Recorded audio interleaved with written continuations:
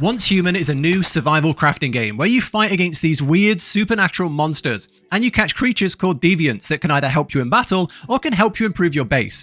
I've been loving this so far. It feels very unique compared to the other survival games out there, but there's a lot the game just doesn't tell you or that it takes a while for you to pick up on. So here are 6 things that I kind of wish I knew when I first started playing that will hopefully help you out. Now, the first thing is something that you absolutely need to know in Once Human, and that is the difference between looted and crafted gear. In the game, there are loads of weapons and armor that you can find and pick up. You'll find weapons and armor everywhere, and some of them have really good stats on them. But when you loot an item this way, you cannot repair it. So you just use it until it breaks, and then it's gone forever.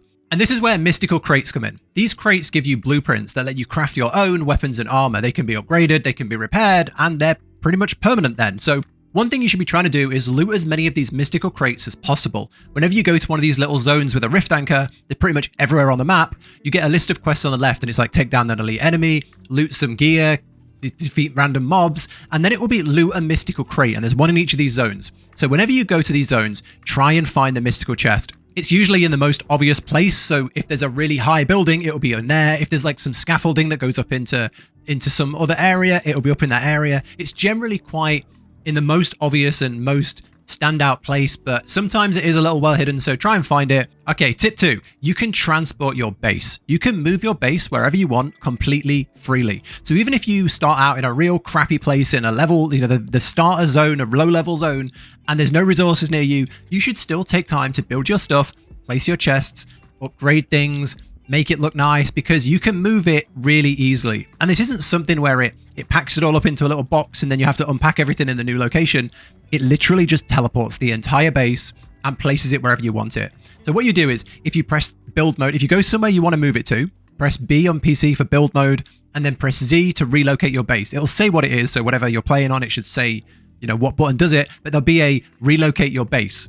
And then you just find the place you want it and drop it down. Want to be near a river? Cool. Want to be near a bunch of ore like copper and tin? Go move your base there and it's on your doorstep. So yeah, this is a really, really cool feature. There's a small cooldown, like a few minutes on moving it again once you've just moved it. So it's not that restrictive really, but yeah, this is an absolute game changer. I think this makes the game feel so less restrictive. It's a huge W, and yeah, it just makes moving through the map, like as you go further through the map, the levels of things increase, the resources that are there increase. So it's nice that you can move your base along with you and you keep all of the progression you've made there. Okay, the next tip is about Deviants. When you start the game, you're given a Deviant, a butterfly that will help you in combat. And you might think that these are just all going to be some sort of, little creature that's going to help you fight. However, Deviants do much more than just this. A lot of them work similar to how they work in Palworld if you've played that. They can help you gather and craft and work alongside your base and bring buffs into your base.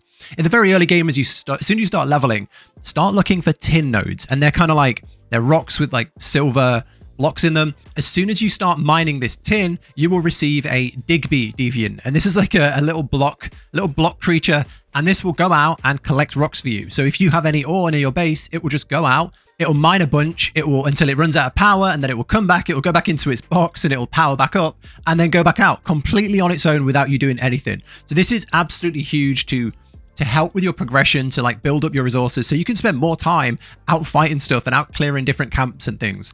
Another one is a really cool deviant for wood is if you head to Mayor's Market, you can go down to the docks. There can be a logging beaver that spawns here and you can catch this, and this will help you gathering wood. There's also one that spawns kind of on the south near these huts on the south of the map. So yeah, if you're worried that you're constantly gathering and chopping trees and hitting nodes, then don't, because you will get more deviants that help you with gathering and crafting, and they spawn. There's loads of different ones. So just go out there, catch them all. They all have different skill levels, buffs and debuffs. So yeah, just get as many as you can and see what they do. I just got a fiery frog that helps whenever you craft something on the furnace, it'll go sit on it and help craft anything there.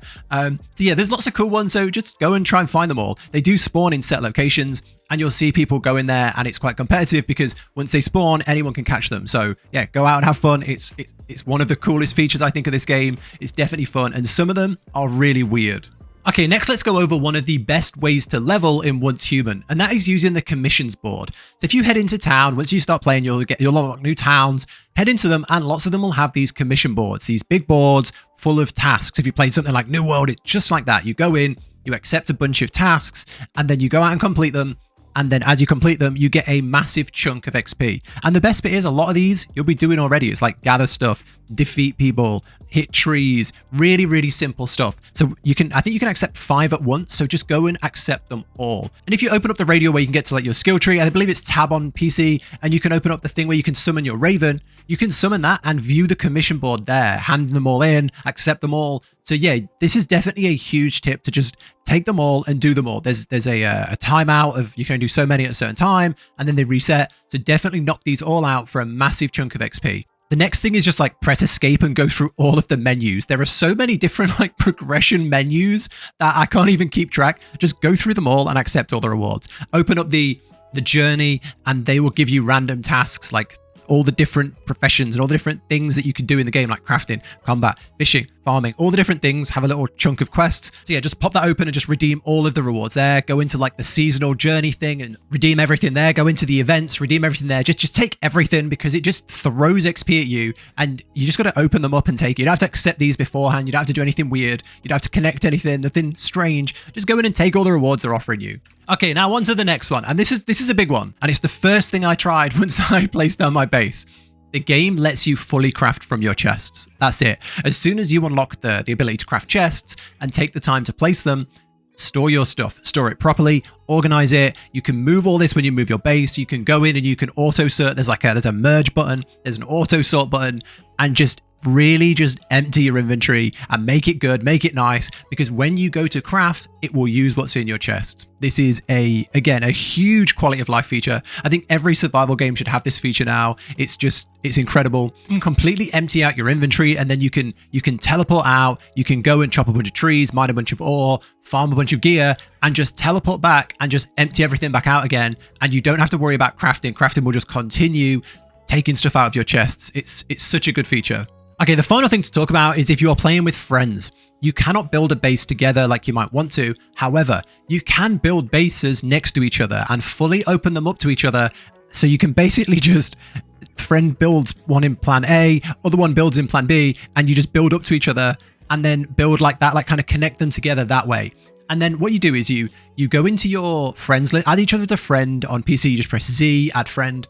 Go into your friends list and then click their name and go to set access and open it to everything. Open it to chests, open it to equipment, open it to everything, and they can then access everything that you can access. And it's kind of like you double up your base kind of way. You kind of have 2 bases then.